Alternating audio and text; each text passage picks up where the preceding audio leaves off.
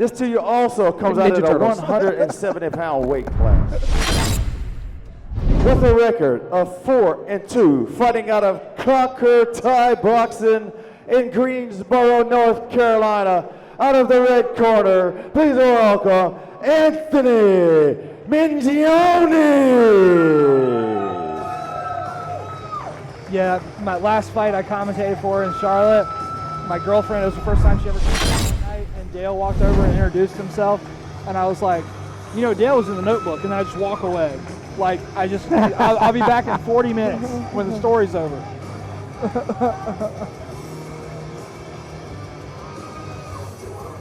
I don't know, man. Dale might not be the guy to leave around your girl, man. Sunshine. Mr. Steal your girl. Yeah, maybe. I wouldn't leave Dale Sunshine Fry around my wife. He was in the notebook, for God's sake. Yeah. Women love that movie. She'd be like, honey, who is this? And I'd be like, well, he's my friend. He's into martial arts like me. His opponent fighting out of the blue with a record of 4-8 out of a Road Combat Club, Asheville, North Carolina. Please welcome Phil Kratz. Well, he did work on that movie as Ryan Gosling's stunt double. Yeah. It's easy to see why. Yeah. The man is a dead ringer. So he's like into what I'm into, except he's more successful and he's nice. You don't leave that guy around your wife. Phil Kratz making his way to the ring. He's with Road Combat Club, and they've been having a pretty good night so far. They've had some great performances.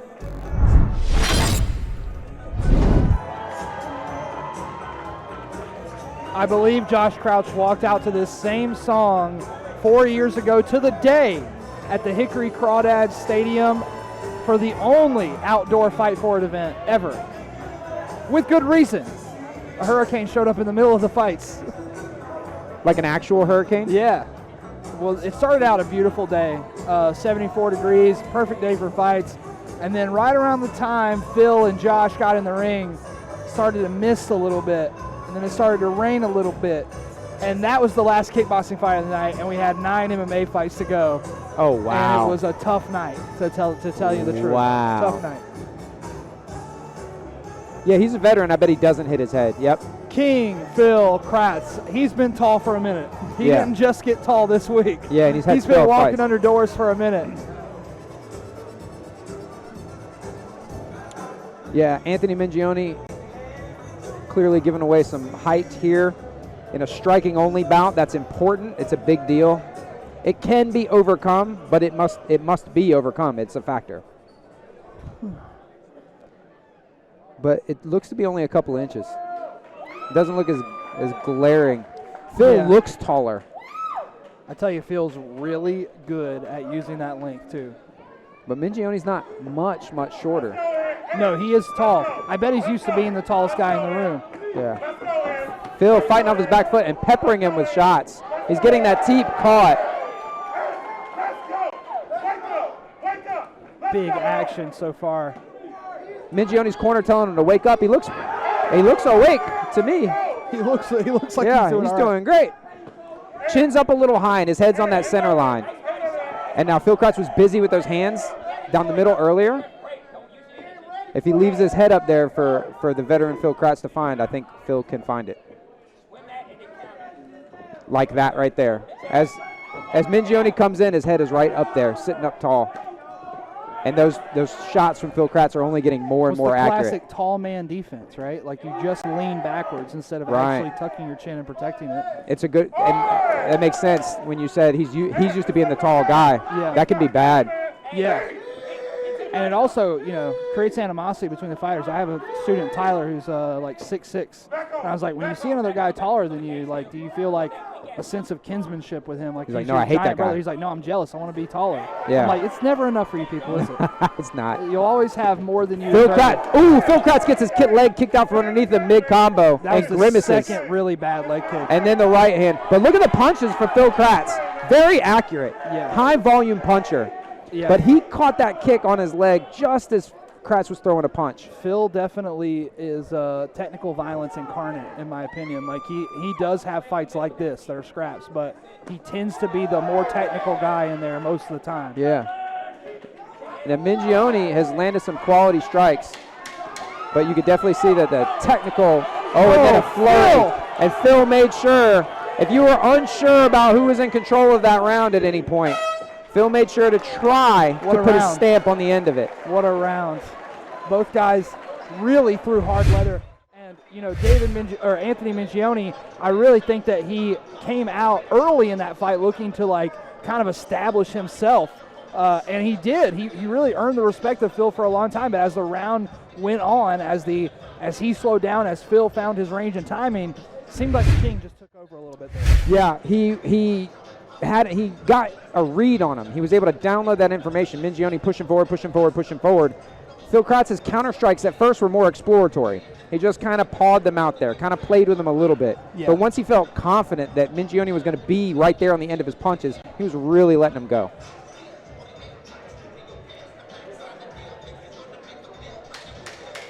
This coach from Conquer is humongous. That's Justin Wilson. Yeah, he is a big boy. He is huge.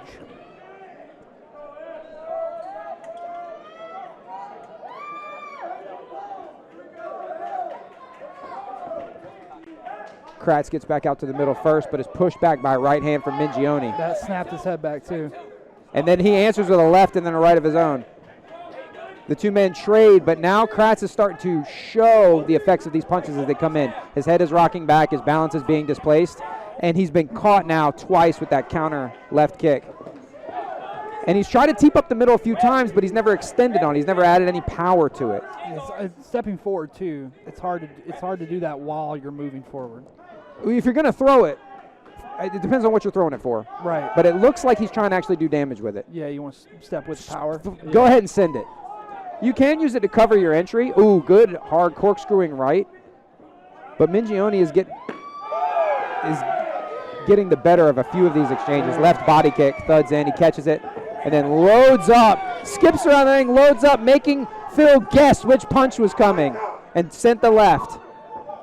Right knee, left knee comes in, catches him, and I think it hurt him even through the arm. He buckled over for one reason or another. We talked about it, you know, the forearm bone versus an entire quad. Big kick to the leg, and Phil did not like that. Neither did Dale. Not legal to strike while holding one of the limbs in this rule set.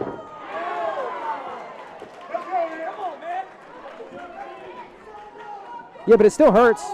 Still knocks him down. Still makes him get up. Makes you have to get up, which is, if you're already tired, that's one of the, like we saw in that last fight when Allen accidentally took Traquan down. He didn't even want to get up. Yeah. Kratz is loading up on shots, and he's looking. He just doesn't back down from the exchange. When you think it might be over, he stays in. Yeah. And keeps swinging. Wow, what a shot from Kratz as Mingioni closes the distance, takes the over-under pummel. And he pulled that last shot. Good control on that last two. Yeah, Phil's awake in there. He's aware for sure. Last round for him. Last time we saw him out here, 5-rounder. This time 3. This is another crazy good fight. Crazy good fight and competitive. Competitive Goodness fight. gracious. Very close rounds. And then I feel like in the last 10, 20 seconds, Phil has a good moment that just kind of, to me, solidifies the round a little bit. I definitely think the judges could have seen that round either way, for sure. Again, either guy could make a case, but what Kratz is doing is making sure that he communicates his program, his plan. What am I trying to do? He's making sure the judges can see him doing that. Mingioni's plan seems to be hit Kratz hard, right? And that seems to be his plan. Kratz's plan seems to be hit Mingioni a lot. And if we're going by points, that matters. And you're right, he's not giving up on the exchanges. He's extending them. He figured, I'm going to get tired whether I'm hitting or whether I'm getting hit, so I might as well get tired while I'm hitting. You're getting punched and you're getting tired either way. Yeah. You can't just... You're going to get hit, you're going to get tired. Do you want to do it while you're throwing back or do you want to do it while you're backing up? Kratz feinting the right hook there, using it to get a little closer, but then doesn't do anything with it. Now he's getting his legs kicked apart, and he just ate 5 or 6 low kicks there. Yeah. And he looks a little stiff-legged now. He doesn't want to put a ton of weight on it, looks like. Yeah, he's not moving with the same amount of bounce in his step. And Mingioni is closing in, rights and lefts, just barely missing with some of these big power shots. Mingioni's going to look to break off and throw a right and then a left and followed by the uppercut. And Kratz desperately holds onto that clinch and mashes him in. What a round for Mingioni so far here with 1 minute left. Kratz pushing in tight like it's an MMA fight. Left hook wobbles Kratz. Left to right to left from Kratz. Nice Pauses evasion. Mingioni. Head movement from Kratz saved him from that shot, but he takes another one immediately after. Now Kratz starting to introduce the feet as well. It's been a boxing match for him for most of this fight. Kratz grimaces and makes an audible noise after that body kick. Checks it, and Mingioni didn't like that, but loads up the right hand. Big shot from Mingioni. Anthony Mingioni with another hand. Pushing his left jab in there. Phil Kratz with 30 seconds left, looks to survive the onslaught from Mingioni. Gosh. Good call for the left of the body. Listening to the corner very well in there. Yeah. Overhand right. Yeah, he's acted on all his corner advice, which is why he's been able to turn this fight around. But then Kratz trying to steal the end of the round per usual. What a fight from both men. Yeah, Kratz showing real high-level fight IQ, realizing at the end of the fight that he needs to pour it on. All right, I'm going to go see if we can talk to a winner when they name one. I really have no idea who just won that. No clue. No clue who won that. You see good teep kicks, and then followed by that flurry. Look at that from Kratz. What an amazing fight. Both guys trying to implement their game plan. But we go to the judges' scorecards. Will it be the power and tenacity of Anthony Mingioni, or will it be the volume and technical striking skill of Phil Kratz? Been a bunch of great stylistic matchups tonight. This is another example of that, where you got two fighters of equal skill but different styles. It makes the fights much more interesting, much more entertaining, and much more competitive.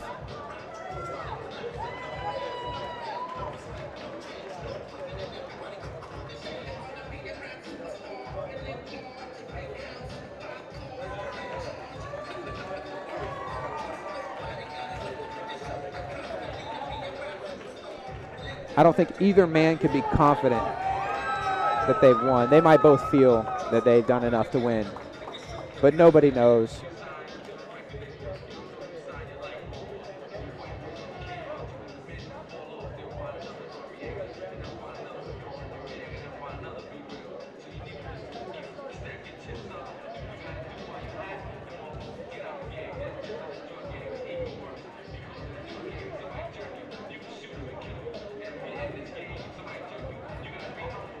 And we have a decision.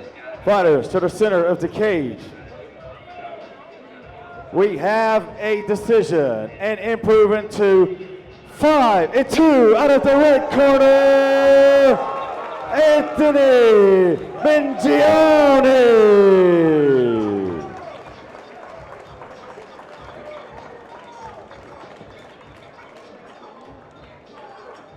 All right, guys, we hope you're enjoying the night of fights. We're going to do for the rest of our fights, we're going to do some post-fight interviews.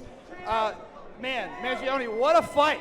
Well, that was a hard fight. Almost 4 years ago today, you know, Kratz challenged for the title for this promotion, and he's had a lot of experience. I know you're 4-2 now, or now even more experience. What was that fight like, such a high-level kickboxing fight? So it was pretty good. I really enjoyed it. Kratz put on a hell of a show. He really had some good jabs. He kept me at range. I just had to use my knowledge to move in. I had to take his legs out so I can get in close. He had more range than me, so it was all strategy. But give it up for Kratz. He's fought amazing today. Yeah, my commentary partner, Icy Mike, was very impressed by the way you got past the range, got through, and found a lot of opportunity to land big shots, and we think those big shots changed the fight as soon as you started landing them. Was that kind of the strategy going in, just get past the range, make it a dogfight? Yeah, absolutely. It was the whole strategy was to get inside, throw heavy hits, and keep it on his heels. So I wanted to be pushing forward the whole time. I was trying to move around the ring, and I was trying to keep him moving backwards. So yeah, it was absolutely part of the strategy. Awesome. I'm very familiar with your corner. We've had you guys out to a lot of Fight For It shows. Been a while since we've seen you guys. What's it like being a part of this team, and do you have any shout-outs for them or how they got you prepared for this fight? Yeah, absolutely. Thank you, Justin. He's put in so much work. He's my coach, head of the gym. He puts in work for every single person. Kenny and Stacy have been out here today too. They've been warming me up. All the people that I train with. Thank you guys, Alan and Mark are in the crowd today. They've been helping me out this whole training camp. So thank you all so much. It's been a hell of a ride. Awesome. Last thing before I let you go, man, what's next for you? Just more matches, looking for the next fight as soon as possible, or what's next? We want that belt. Yeah, we want a fucking belt today, okay, guys? All right, you heard it. Marcelo, Jonathan, let's get this man a title shot. Ladies and gentlemen, your winner one more time, Anthony Mingioni. Thanks, brother. Appreciate you. There you go.